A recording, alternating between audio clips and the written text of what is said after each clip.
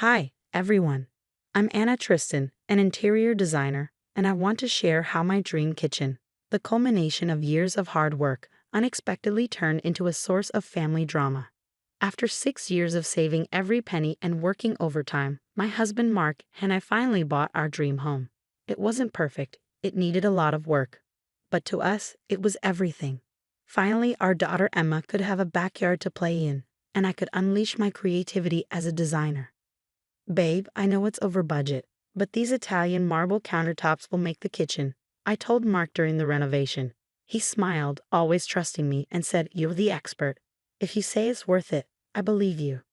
The kitchen became my pride and joy.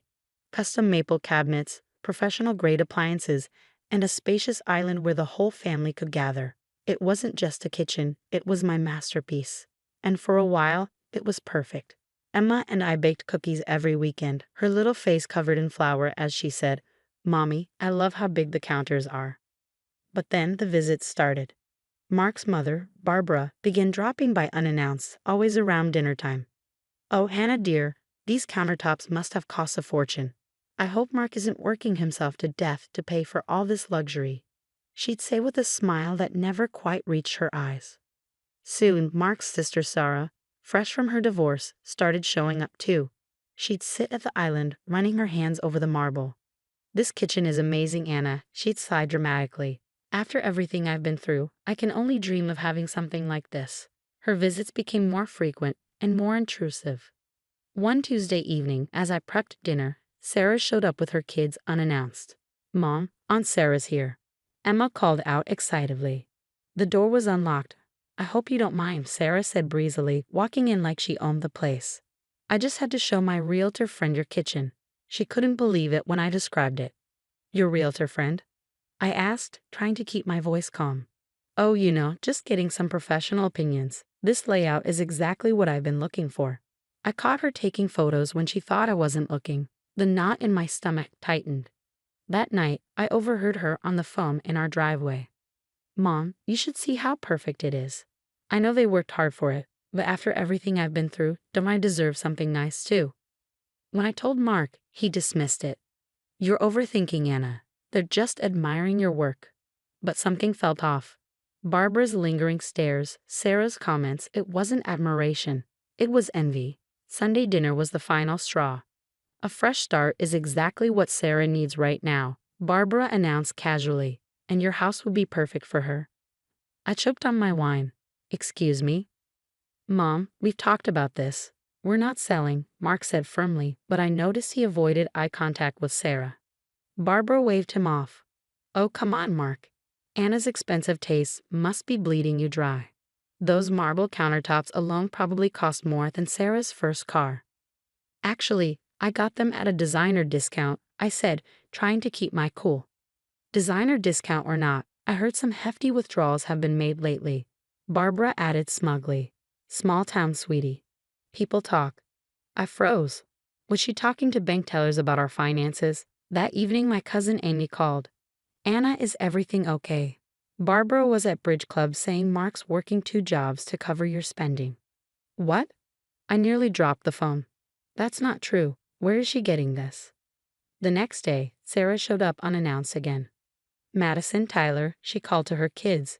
"Go help yourselves to anything in the kitchen. Anna always keeps it stocked." "The good snacks? This isn't a convenience store, Sarah," I said through gritted teeth, watching her kids raid my pantry like it was their personal treasure trove. "Family helps family, right?" she replied, unfazed. "Speaking of which, I had my realtor draw up an offer. It's below market value, but considering my situation, we're not selling. Period." I cut her off, my voice sharp. "Don't be selfish, Hannah. You can just design another kitchen somewhere else." I was still seething when Thursday's family dinner delivered the ultimate bombshell. Barbara stood up, tapping her winey glass with a spoon like she was announcing an engagement. "I have wonderful news," she exclaimed, beaming. "Sarah and the kids will be staying here while their rental gets fumigated." My fork clattered onto my plate. "Absolutely not. It's just for a few weeks," Sarah chimed in, clearly delighted. "The kids already picked their rooms." "You did what?" My voice trembled with anger. Mark finally found his voice. Mom, Sarah, you can't just decide these things without asking us. Oh, honey, Barbara said, feigning hurt. I knew Anna would overreact. This is why everyone says she's so materialistic. Heaven forbid she share her precious kitchen. Get out, I whispered, my voice shaking.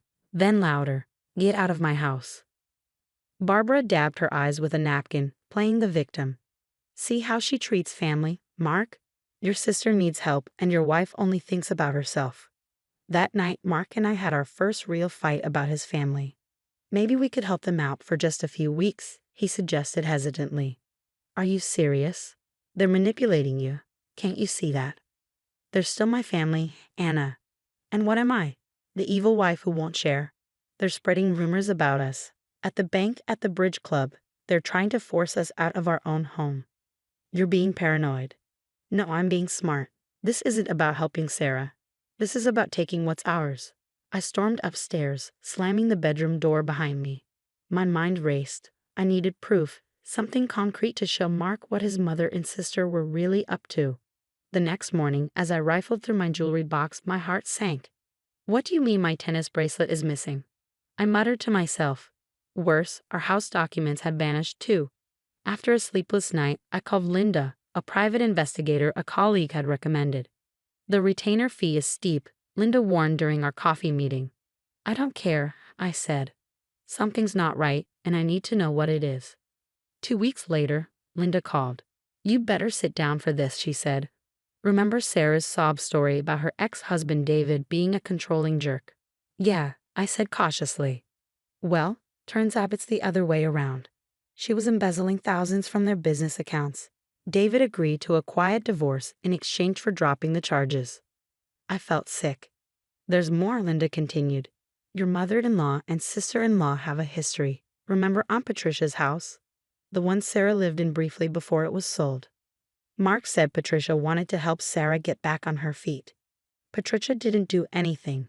Barbara, acting as her power of attorney, forced the sale while Patricia was in the hospital. The money disappeared into Barbara's accounts. I gripped the edge of the table, trying to steady myself. They've done this before. 3 other family members, Linda confirmed. Same pattern. Sarah plays the victim, Barbara manipulates the situation, and properties get sold under market value. That evening, I discovered the missing documents in Sarah's forgotten purse. Just helping organize, she claimed, but her face paled when a small jewelry bag fell out. Organizing what exactly? My jewelry? I asked, holding up the bag. Don't be ridiculous. That's mine. Funny, I said, opening the bag. It has my initials engraved on it. Care to explain? She fled, but not before I snapped photos of everything. Later, I confronted Barbara alone. I know about Aunt Patricia's house, I said coldly.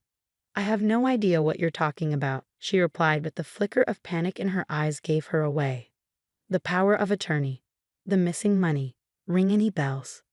You're delusional, she snapped. No one will believe you over family.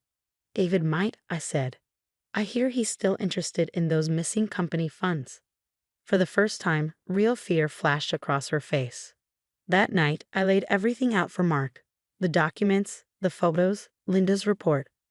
I don't want to believe this, he whispered, staring at the evidence. They were planning this before Sarah's divorce. They targeted us, our home, just like they did to Patricia and the others. But we need to be smart about this, Mark said, his voice steady. I trust you, Jess, and I'm so sorry I didn't believe you sooner. As we stayed up late strategizing, something became clear. This wasn't just about protecting our home anymore. It was about justice, not just for us, but for Patricia and everyone else they'd hurt. And I knew exactly how to ensure they never did this to another family again. 3 weeks later, we sat at the kitchen island, the one they tried so hard to steal, watching the aftermath unfold. Social media notifications, pinged, and family gossip filled our phones. Did you see Barbara's Facebook post? I asked Mark, showing him my screen. She's taking a sabbatical to focus on herself. Basically, she's running away to Florida. Mark smirked. After what James found about Patricia's will? Not surprising. The family group chat is on fire. My phone buzzed again, a text from Linda. Sarah just got served. Embezzlement charges and custody papers. David's lawyer says it's airtight. Mom, Is Aunt Sarah going to jail? Emma asked, wandering in with her breakfast bowl. No, sweetie, I said, kneeling beside her. But she might have to make up for some of the mistakes she's made. The doorbell rang. Standing there was Barbara, looking desperate. Please, he begged. You have to help Sarah. She can't lose the kids. We're family. Mark stepped forward, his voice calm but firm. Family? Family doesn't steal. Family doesn't manipulate. Family doesn't try to force people out of their homes. I was only trying to. To what, Mom? Mark interrupted. Steal another house? Like you did to Aunt Patricia. That was different, Barbara snapped, her tone defensive.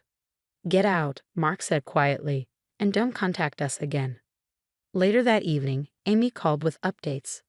Sarah's kids are staying with David now, she said. She's facing serious charges, and no one in the family is willing to help her. Oh, and Barbara's been kicked out of her bridge club. Apparently, stealing from your elderly aunt doesn't sit well with polite society. Months passed. My design business thrived, turns out. Showcasing my dream kitchen attracted high-end clients.